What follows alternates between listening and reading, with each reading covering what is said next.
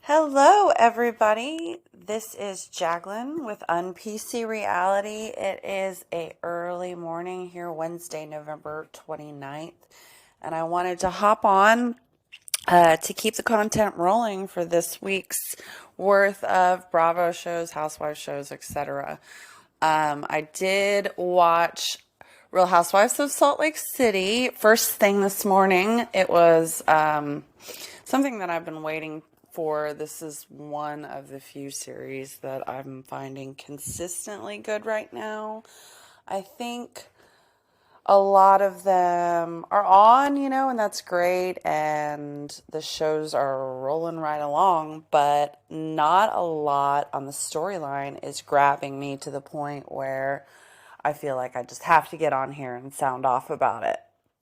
I feel like that could and stands to seriously change with Salt Lake, probably first more than any of the other ones that I'm overly concerned with right now. So I'll be focusing on that quite a bit, I think, as we come through the rest of this season. I think it only stands to get better. I think there is a ton more to be revealed with Monica, her whole storyline, stuff with her mother, stuff with her history, and obviously this big bombshell that's, I think, yet to be revealed about the lawsuit that she has, I believe, still ongoing with Heather Gay. Shady character through and through. I do think that she makes good TV, and she hasn't done anything to really upset me yet, and I do kind of throw her more bones, I feel like, mentally speaking, because of the just absolute nightmare that is her mother, and knowing kind of what nightmare mothers are all about and what that comes with. You have to fight against a lot just to not carry on that toxicity in other relationships. It can be a challenging, daunting, and oftentimes for people, impossible thing. I speak from experience when I say that, there are certain things that I am likely to do in relationships, not, anything bad or good necessarily, but just like character traits or ways that we have developed protection of oneself when we didn't necessarily have the parent in our lives who was emotionally available and able to do those sorts of things. You have to learn tools from somewhere, and when you're picking up tools as a child or as a teenager on your own, based on the fact that you don't have a parent guiding you through your own emotional growth, you do learn those things through trial and error along the way anyway, and the way in which you learn to handle a lot of your problems is not necessarily healthy. Case in point, my big crutch from 14 to 37 years old was alcohol. Because I didn't know how to process complex emotions, or didn't really feel like I had to process complex or unpleasant emotions, because I had my crutch that was going to be able to, as I thought, get me through it. Wow, big tangent. But all that to say, Monica is who she is in large part because of her mother. So because of that, I don't give a pass, because at some point you have to learn on your own, but I do find myself kind of empathizing with certain things more so than I would maybe if I knew all of that about her upbringing.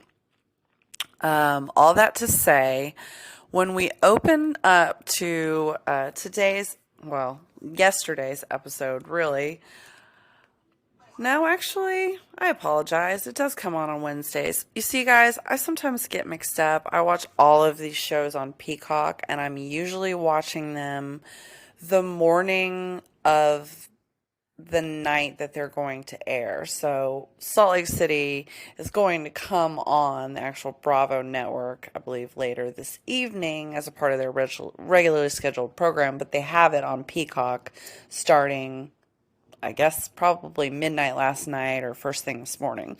So I'll watch it then. It's a lot quieter in my house in the mornings. I'm totally by myself, so I can really dig in and kind of focus. And apparently get chatty this morning. So we open up, getting back to that, to Heather Gay talking just about the events of the last episode, this pioneer woman thing that Heather event that she had, and sort of the fallout between Monica and Lisa Barlow. And Lisa Barlow's not my favorite, guys. I think those of you that have been listening for a while kind of know that. There was one particular podcast episode where I was kind of mean to her, probably more mean than necessarily deserved because it was in direct reference to her personal appearance. I'm just going to leave it at there. If you guys want to do some digging on that podcast, it is funny for those of us that have, the un-PC humor.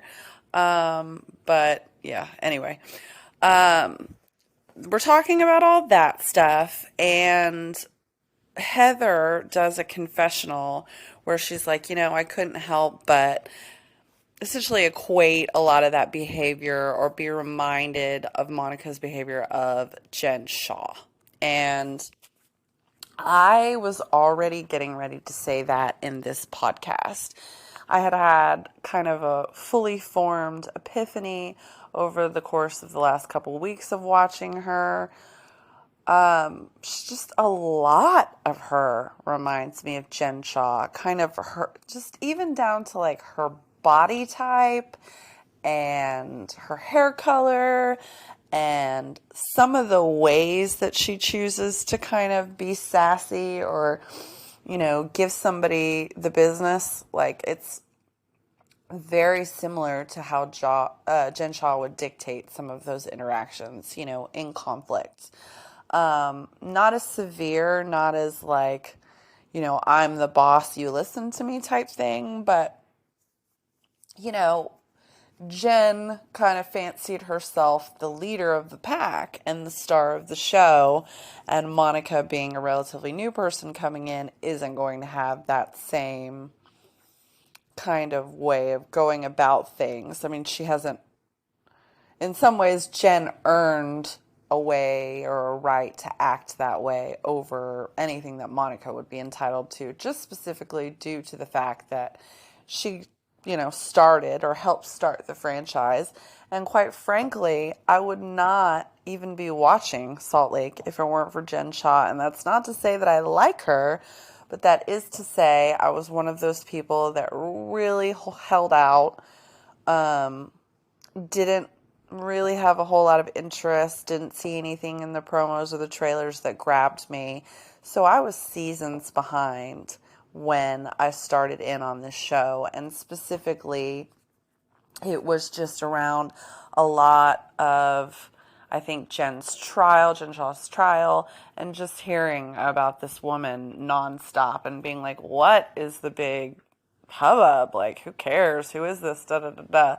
And like needing to get into it. To be honest, that's happened a couple times. I'll get into something when there's a heavy-handed scandal that you hear about and you just, at that point, can't stay away.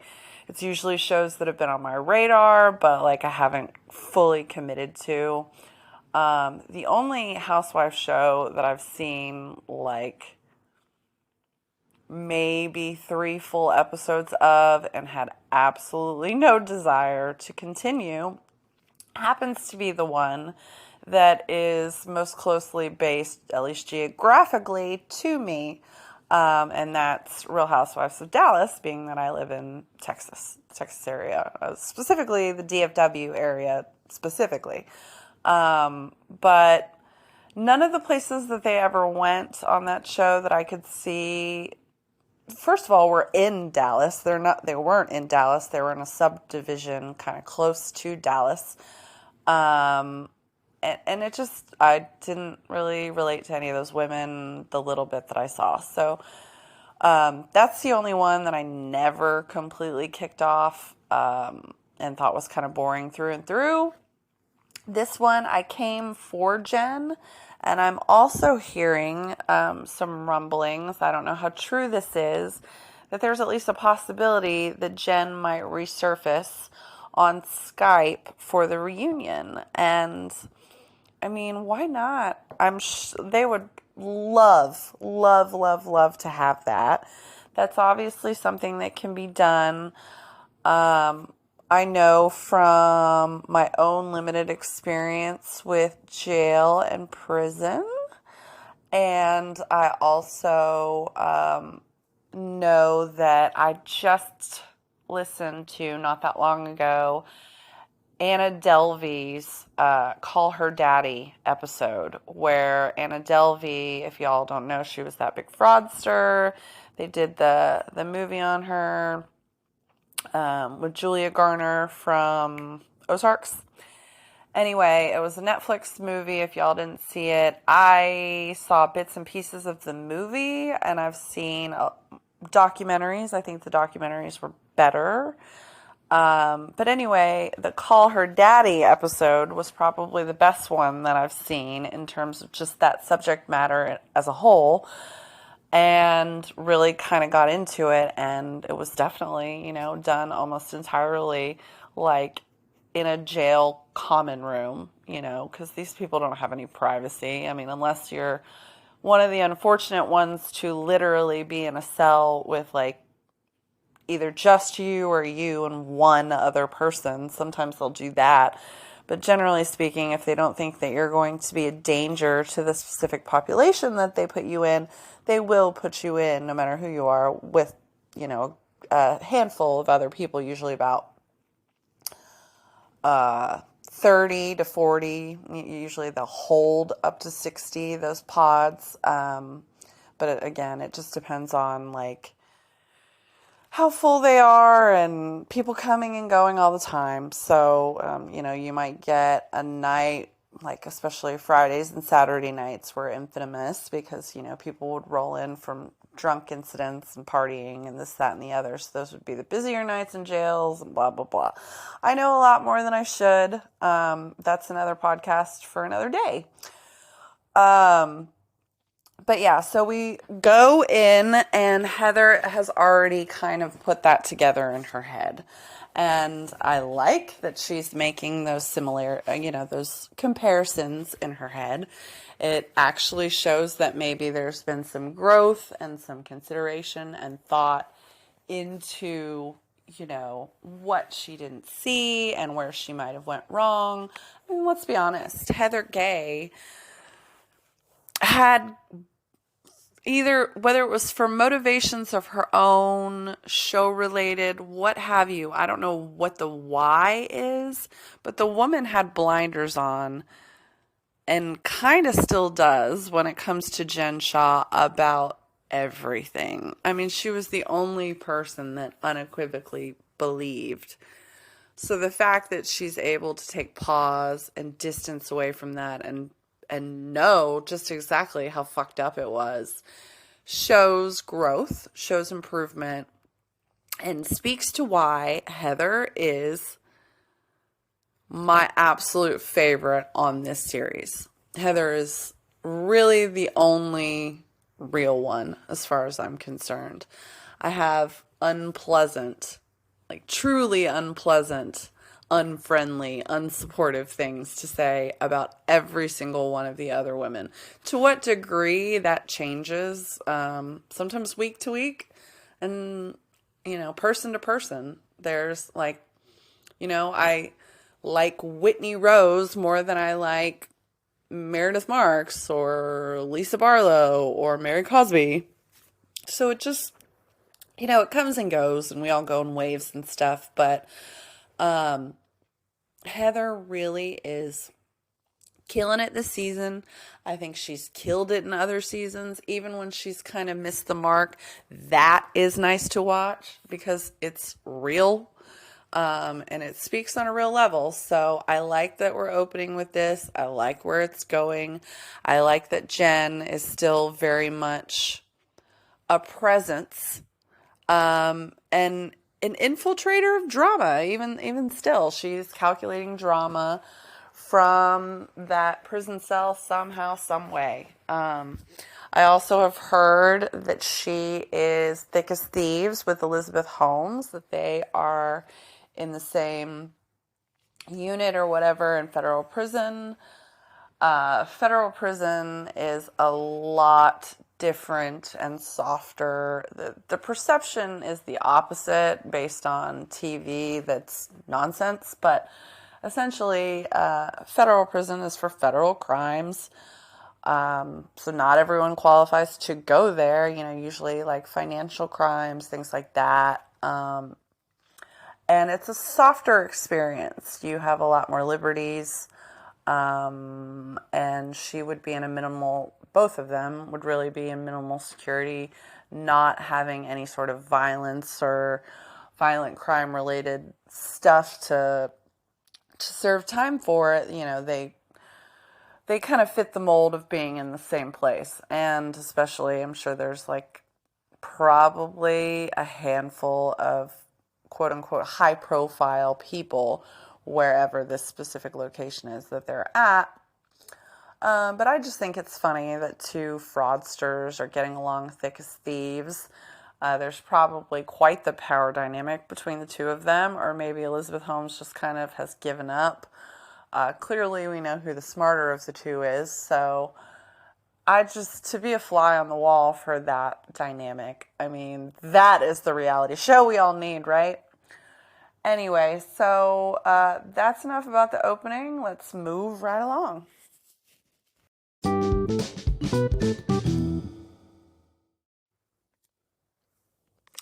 Okay, and then they take us to the Rose family. The Rose family in their matching Gucci t-shirts. I am so tired of the brand names from both of them, but specifically, I'm going to need Justin, especially that last episode with I believe it was all Fendi, the beanies, the bullshit. Just be a man, be a guy's guy. The shit is weird. Keeping up with the Joneses is weird. And if you need to wear some knockoff Gucci branded t-shirt to prove a point, like, it's just weird. It's weird to me. This stuff is starting to be uncool, and it's interesting how that will affect the Housewives, because the Housewives have seemingly never been aware of quiet luxury. It's really always been a thing, guys. The phrase, what is it? Money talks, wealth whispers. And it's true. In my experience, it's true. The people that I've known that really have that fuck you money don't talk about it and live kind of modestly, to be honest. I mean, one of the wealthiest people that I've ever known had like a small basic Porsche as his kind of runaround, like quote unquote fancy car, and like a Jeep Cherokee, like a nice, newer, fully decked Jeep Cherokee, like a basic car.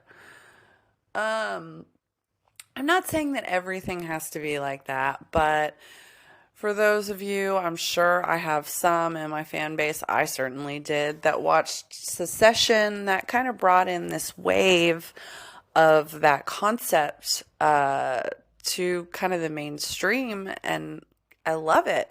Not so much about wearing a Gucci t-shirt, but just wearing a nice t-shirt wearing a t-shirt that, yeah, might have cost you $40, might have cost you as much as a branded Gucci t-shirt, but it's just a black t-shirt and it's the softest, nicest, well-tailored fabric you've ever put on as a t-shirt. Like, that is the sort of product that I want to spend my money on. Not this. Not like a, looks like you got it on Canal Street or some kind of like Facebook marketplace or something, and somebody's screen printing shop put Gucci on something. Like, that's what that looks like. Anyway, I am ranty today, guys. I don't know. I guess maybe I need to start doing more podcasts immediately after having drank coffee. Getting to the meat and potatoes of the scene itself, obviously it's really sad for Whitney to have lost her friend. I'm trying to figure out how I can say this and not sound like a total asshole. There's not really a way. I don't know why we're seeing it. That's maybe the nicest way that I can say that. Listen, I understand. Cancer is awful, guys. Awful, awful, awful stuff. I've lost people to cancer. I'm sure people that are listening have lost people to cancer. When people die, it's a very sad thing. When close friends die, it's obviously, a disappointing and trying and sad time. I don't know why we're spending time talking about this on Whitney's, camera time, except for the fact, obviously, it's just something going on in her life. But this woman is somebody that, they had to struggle to, even, tie some strings together by showing us, certain scenes where we saw the back of her head but didn't realize that that was that person. Okay. Okay, if I have a friend, one of my best friends has tons of friends that I literally don't know the names of, and if one of them died of cancer, I'd be like, oh my God, I'm so sorry, prayers to her, that's terrible to hear. Maybe ask some questions about what my friend aims to do for that person, are you gonna visit her or show support or send flowers, that sort of just inquisitive question. And that's really it. Is this what you want to spend your camera time on? Because if this is the only storyline that you feel comfortable bringing to the table, you either have not shit going on, or the only thing that you have going on is marital problems, and you don't want to talk all about that ad nauseum because you don't want to make it seem as bad as it may or may not be. I mean, period. Because we are not going to resonate except for on a very basic level of just, yes, cancer is sad, death is sad, I get it. We are not going to resonate with that specific person's death. We don't know them. Whitney knows them. I don't know her. So on a fundamental level, I can know that cancer is sad, death is sad, yes. But I'm not sure why so much is cut on that cutting room floor and they choose to keep in some of the stuff that they do. So moving right along, I guess.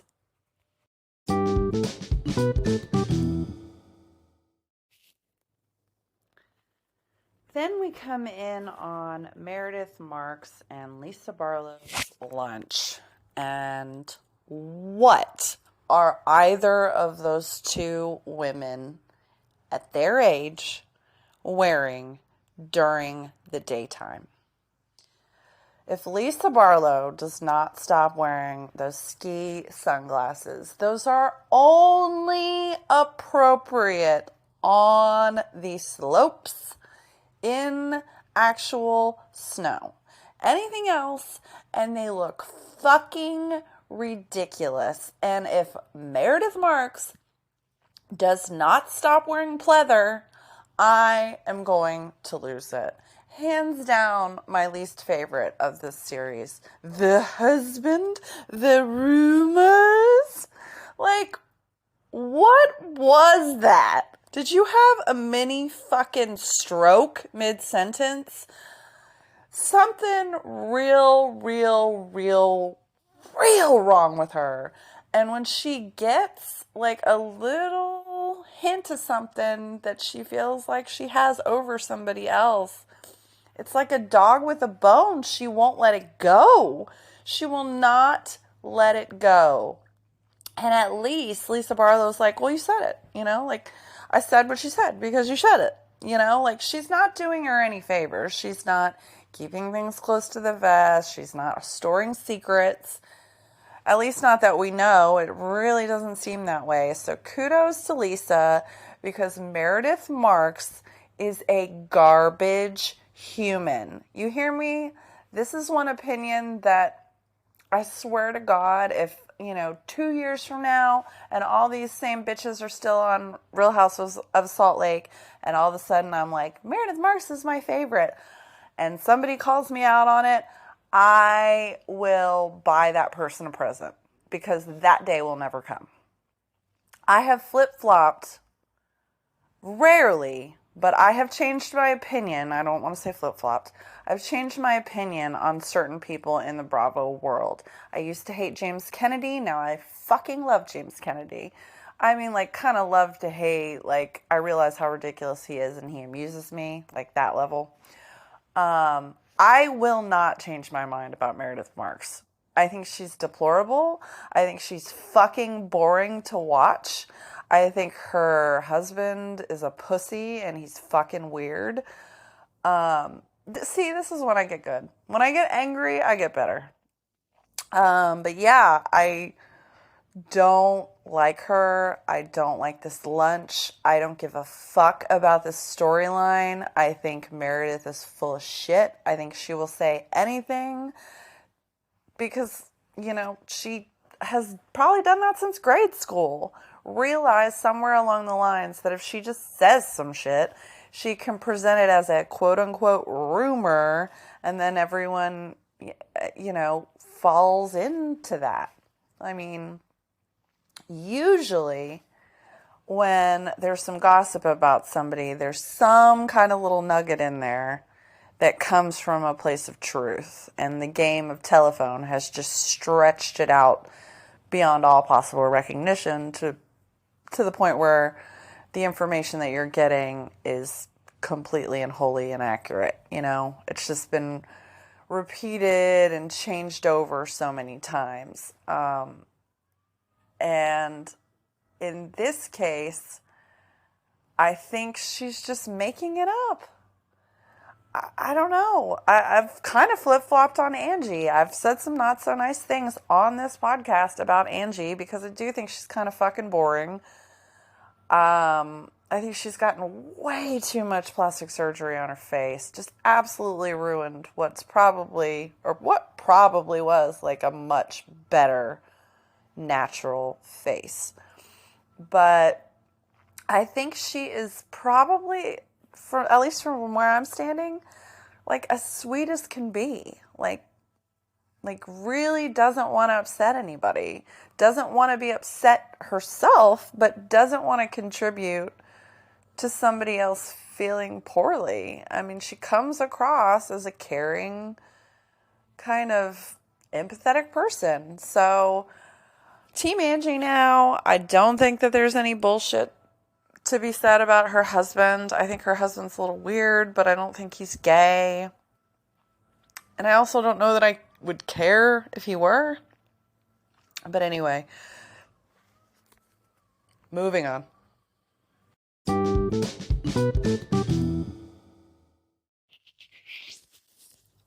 So then, after we get the lunch with Meredith Marks and Lisa Barlow, where Lisa decides to essentially let her balls drop and actually, speak some truth to Meredith for once, After that, we get the scene with Lisa Barlow, her husband, and her son shopping for outfits for this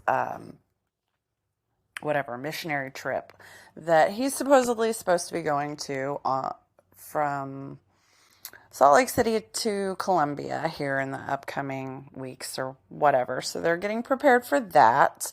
Lisa, being her typical Lisa, throwing out all these absolutely ridiculous suits. I don't know why everything has to be in some kind of crazy color or look or whatever for her. She's trying to make her son herself, and that's fine, I guess, whatever. We all have those tendencies. That's just typical mom shit, basically. But the poor kid is just desperately trying to claw away from his mother. And, you can tell he's a sweet kid and he doesn't want to hurt her feelings. And he knows how she is. So he's kind of riding that line or whatever. And I put out a video on TikTok where I just interjected all my little comments in. It's basically that whole scene with commentary brought to you by Jacqueline.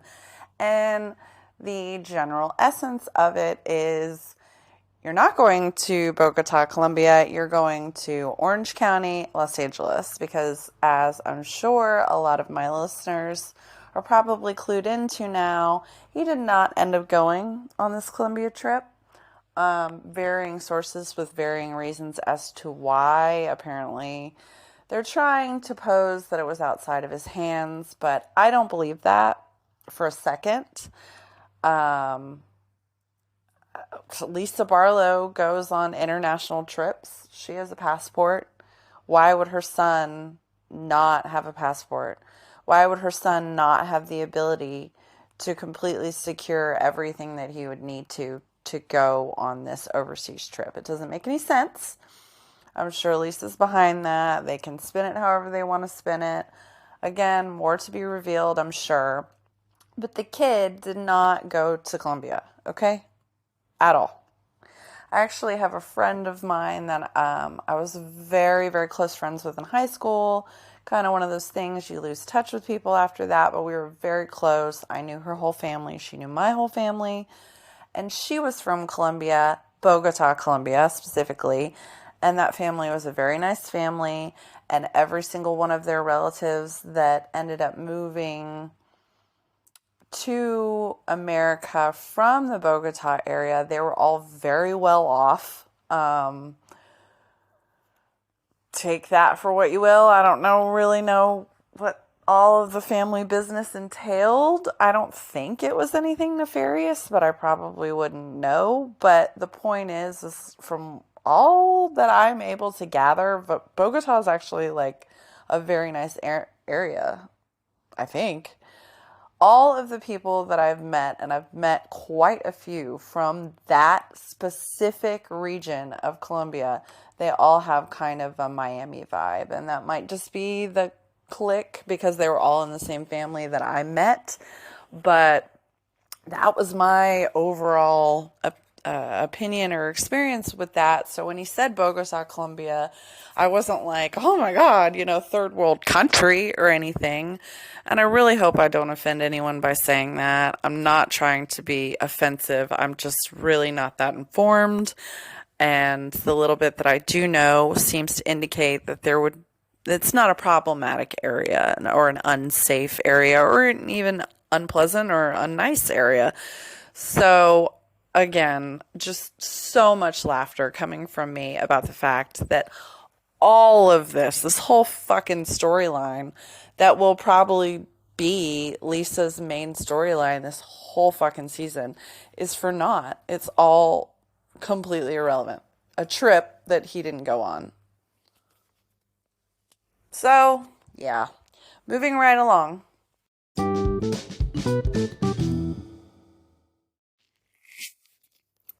And then we get the Heather Gay and Monica lunch or dinner or whatever it is moment. First of all, I think both of these women look great. It reminds me that I need a long-sleeved kind of like sweater and long skirt winter combo. I was just thinking about that the other day. I keep seeing really cute ones, and I need one now. So thank you guys for adding more to my winter shopping list. And I'm just, this scene and scenes like this, it's what drives me, keeps me watching the show, and challenges me in a way because, again, I'm seeing parallels from Monica to Jen Shah. I'm seeing parallels of the relationship between Heather Gay and Jen Shah compared to Heather Gay and Monica. I see commonalities there.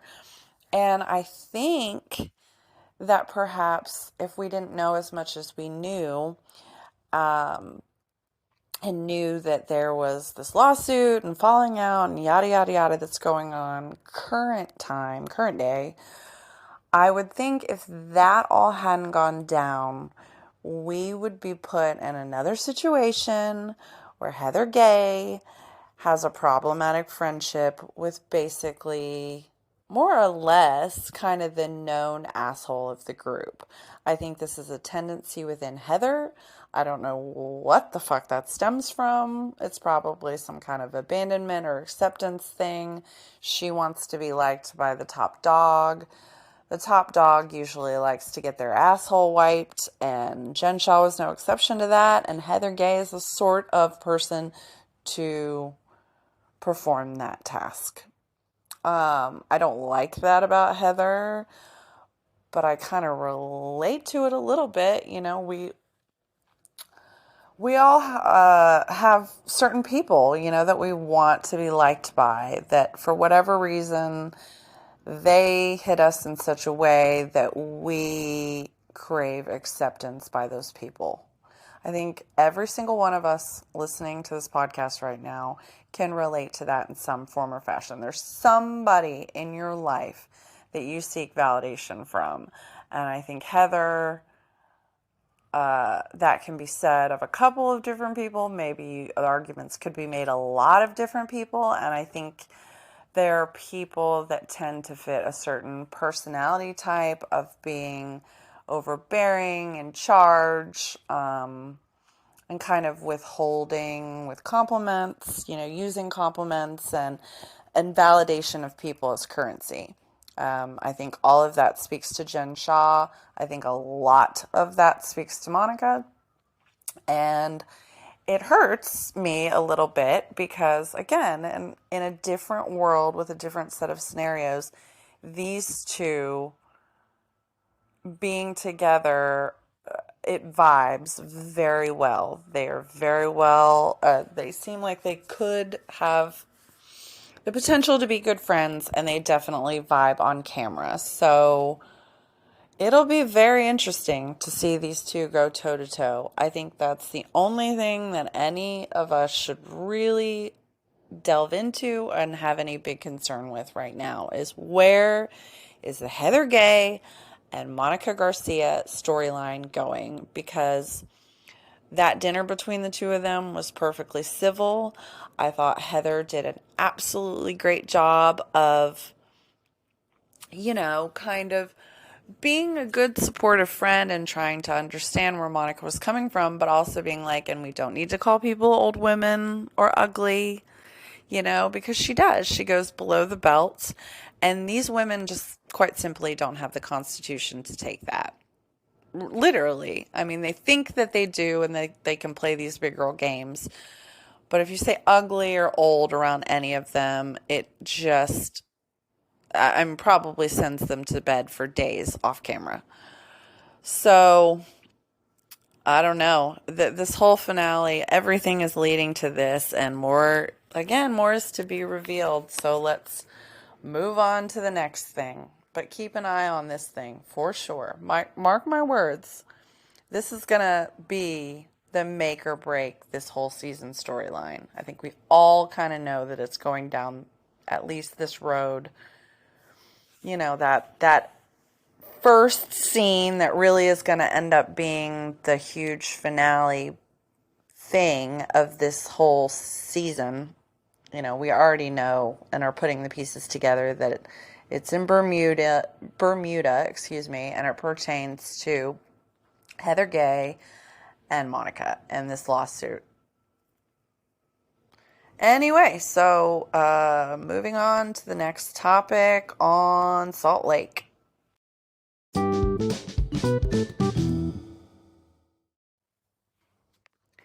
So then we get to Meredith Marks's plated jewelry event.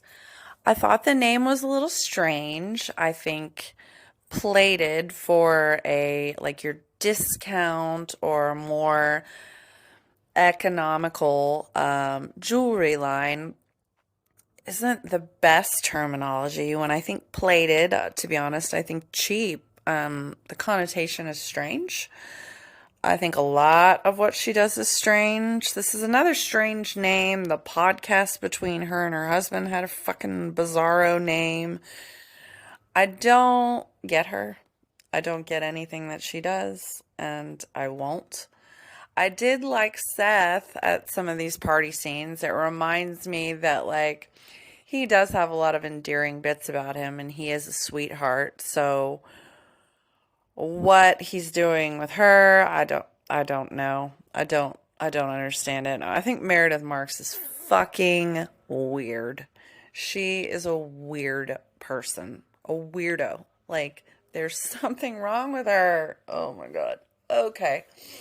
And then you get a little scene, it's not very long, but of Monica coming up to Lisa Barlow and trying to smooth over things. And I'm finding myself not really understanding what the beef was between the two of them in the first place.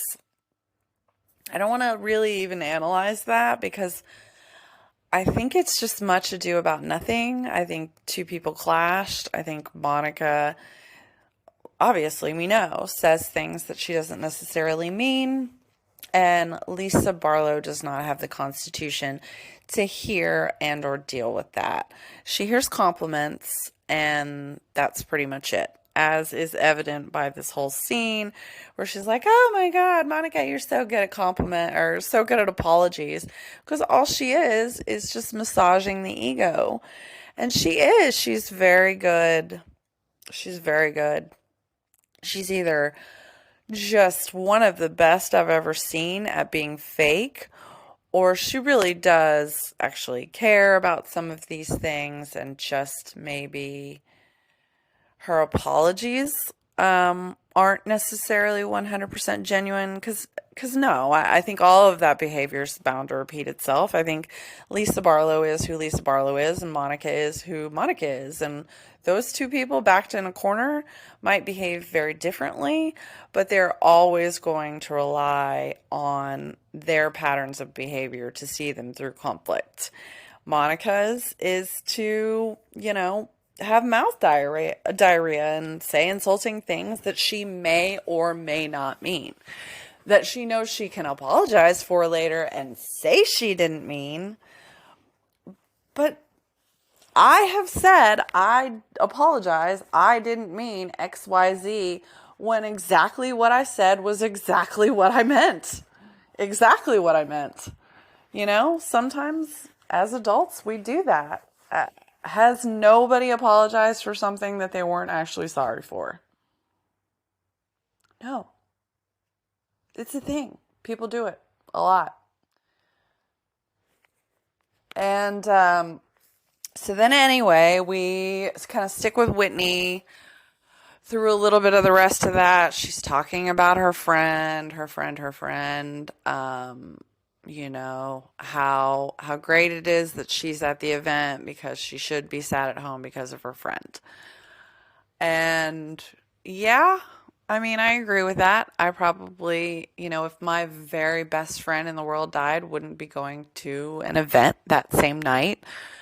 I wouldn't use every single opportunity I have at said event to make it about me and my friend's death.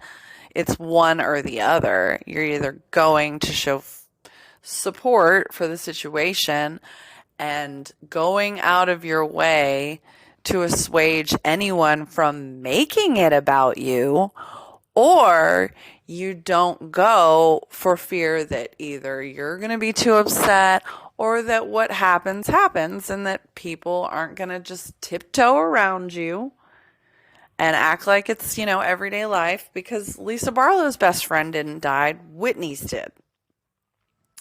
So then that's how I feel about all of that. You go into the conversation where Whitney once again feels some type of way. We've seen this before. She doesn't get the reaction that she wants from somebody. And then, there's a conversation about it and feelings and my journey and everything hurts me and blah, blah, blah. I think Whitney is a good person. I think she's overly sensitive, and I think that tends to rear its head in interesting ways on this show. I think expecting Lisa Barlow to be anything other than a self-centered, egotistical, person running on self-will and again, self-centeredness is absurd. To expect anything less than that is absurd. It's 90% of her appeal and humor on this show is that she's kind of a terrible person who's kind of tremendously, sickeningly self-absorbed. Can we just understand that now and not act like every single interaction that she has, she should be held to a different standard? A standard of, a normal person, because we know that she is not that. We don't watch her because she's normal. We watch her because she's crazy over the top and totally out of touch. That's the appeal of Lisa Barlow. So I just thought it was more of the same, more of, Whitney trying to rationalize her feelings with people that are never really going to get it. Beating her head against a brick wall, the conversation is pointless. So, I guess what else is next? Let's see.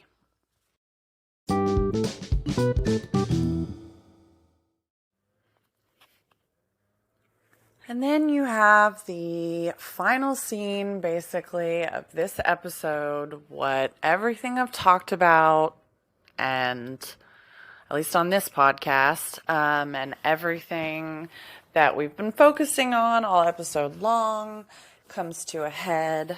And really, this argument has been coming for a long time, because we've seen the writing on the wall between Whitney and Heather, and the crux of their relationship or problems seems to be this pervasive theme, and it's not at all invalid on Whitney's part, that Lisa Barlow is self-absorbed. Again, I've said that literally in this podcast, so we're all following along on the same thought trajectory. And it's true, it must be really, really challenging to be Lisa Barlow's friend and to try to be a good friend to Lisa Barlow and pretty much never get that in return, because she is so tremendously self-absorbed. That conversation was ridiculous, and her not immediately asking, are you okay? How are things with your friend? Making some sort of effort is pretty absurd, and wanted to immediately start talking about herself. And, I think at this point, Whitney had quite frankly just had enough. It's been building and building and building towards this theme for a while. Whitney has kept her mouth shut for a while, and at this point she's like, no, you only think about yourself. It's always just about you. Absolutely valid. We have tons of scenes and tons of evidence to support this is absolutely correct on Whitney's part.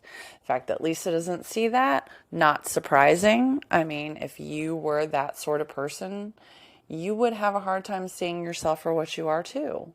I don't know how anyone on TV doesn't get a pretty quick lesson in their own behaviors unless you just don't watch yourself. And I don't think that Lisa Barlow is not watching herself on TV. So let's just go ahead and kill that theory real quick. But the thing of it is that I don't even know why I'm surprised. Maybe not surprised, might not be the right word.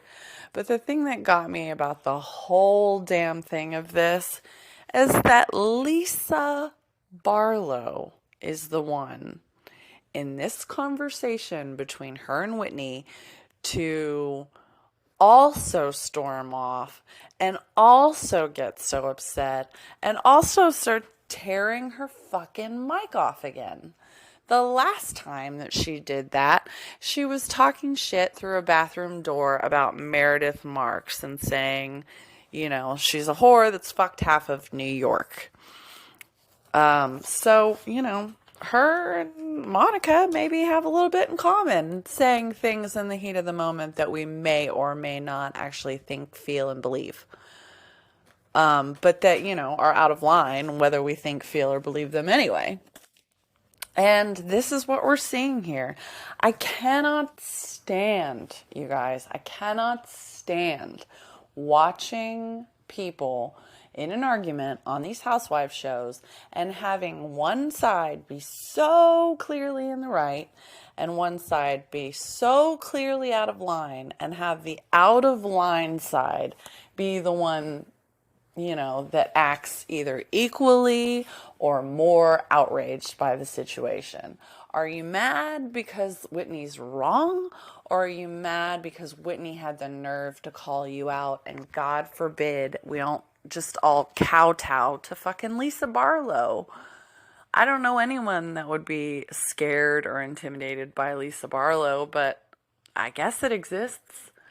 I don't know. I just find it fucking just laughable and really irritating that she's the one that we watch pull the mic pack off. We watch Whitney walk away and like get out of the scene, but we stick with Lisa while she's taking her clothes off. And I know, or clothes off, taking her mic pack off and, you know, getting set to basically not be filmed anymore. And, you know, I'm sure the producers are just sitting with the camera on her, waiting for her to have another outburst like she did in, you know, the bathroom moment that I'm talking about Meredith. I'm sure that, you know, they were just waiting for her to put her foot in her mouth, etc., just like she has done so many times before. Because she's an asshole. So, again, more to be revealed on all of this Salt Lake nonsense. I guess that's all I have for this particular episode for the day. And on to the next. So thank you for listening. And this recap pretty much ends here with the Salt Lake stuff and on to the next. So give me a second. We'll go on break and I will be back. Okay, so the only other things that I guess I wanted to cover today, to be honest, y'all, I watched Potomac. It is the Juan and Robin Dixon story. The whole fucking season is going to be that. Don't misconstrue any other side storylines. That will be the main storyline. It's going to be all that's talked about at the reunion. All the sub-storylines are going to branch off of that. And I don't know how long I have left in me for Potomac, to be honest. If we want to talk about some Ashley Darby messiness, I have all day for that. I have a lot of thoughts as it pertains to that. I feel like I'm going to have a lot of thoughts on Wendy and NECA, but they're not totally fully formed yet because I haven't cared that much about Wendy up till now, and NECA is so new that I like her so far, but, you know, it's a little too soon to call it type thing. I think, again, more is to be revealed as far as that, but I am just not getting a lot of meat and potatoes out of that season, this new season at all, enough to talk about. Anything that I could say right now, I have already said a couple times. And it's all Juan and Robin centric. I think she looks pathetic. But I can relate to a lot of that. I was actually in a situation in my marriage. I've been divorced since 2015. I got married in 2008. So I spent 7 years in a marriage, 8.5-ish total together with a person that wasn't very nice. And I know firsthand that those situations, people can tell you until you're blue in the face what you need to do or what you should do or advise you. And these are, people that care the most about you are the ones that are more likely to say things, et cetera, et cetera. But, every situation's different. Almost all situations have one thing in common, and that's that the situation isn't all bad. And there's always, just as much as there are reasons to go, there are usually reasons to stay. And it's complicated. There are feelings of love, feelings of not wanting to fail, feelings of financial insecurity, not wanting to be alone. I get all of that. But God damn it. When you're on national TV and the whole world is allowed to have an opinion of you and how you handled this relationship, to just keep doing it and keep digging your heels in is terrible. And I feel bad for her because I know where that defensiveness comes from. You almost have to operate that way. Because if you say it out loud, what's really going on and how you feel and how you really feel and how really bad it truly is, if you say that out loud in any kind of way, even if you're not sharing it with somebody, if you just say the words, there's a lot of power in that, for sure. But it's not an easy thing to do. Especially telling other people, because then other people might hold you accountable to do something about what you said. If you really, display everything and put everything on Front Street as it really is, and you have friends that really fucking care about you and want to see you succeed and happy, they're not just going to stick their heads in the sand and never bring up the topic again when they feel like it might be helpful to your growth. That's just not realistic. It really sucks. Really, really, really, really, really sucks, guys. I don't know how much bandwidth I have to watch it anymore. And then the other thing that I was going to talk about is Watch What Happens Live, only because Whitney was on there. Whitney and Tom Schwartz were on there. Tom to shed some, additional light on all that we can expect with regards to VPR. And then the Whitney Rose thing was just hilarious because they did bring up Lisa Barlow's jewelry going missing and the weirdness that surrounds that. I still think something is a little iffy when it comes to this. And then, of course, address some Monica and Heather stuff. So if you guys are at all interested, I would check that out. It was nice to see Tom again. And actually, Lindsay Hubbard and Justin Rose are in the audience. I don't know why Lindsay's there exactly, but she does get talked to. And her little banter with Tom is pretty funny. So I would definitely recommend checking that out. I'm going to be back on, I imagine I will probably end up releasing another episode on Friday because I do want to hold out until at least then to cover some Southern Charm content for this week. I am a little bit behind on that along with everything else. So I'm going to be hitting y'all with a very Southern Charm heavy episode before the end of this week. I hope you guys enjoyed this recap of Salt Lake. Please definitely, if you're not already, hit that follow button on Spotify. Go check me out on Patreon. I will be posting more and more about that. It is all free on my Patreon, so you don't have to worry about membership costs or anything like that yet. And be sure to check me out on social media. I'm honestly most active on TikTok. I'm sure you guys are probably following me already if you're listening to this, but if not, please follow on TikTok and Facebook, and have a good rest of your day, guys. Thanks.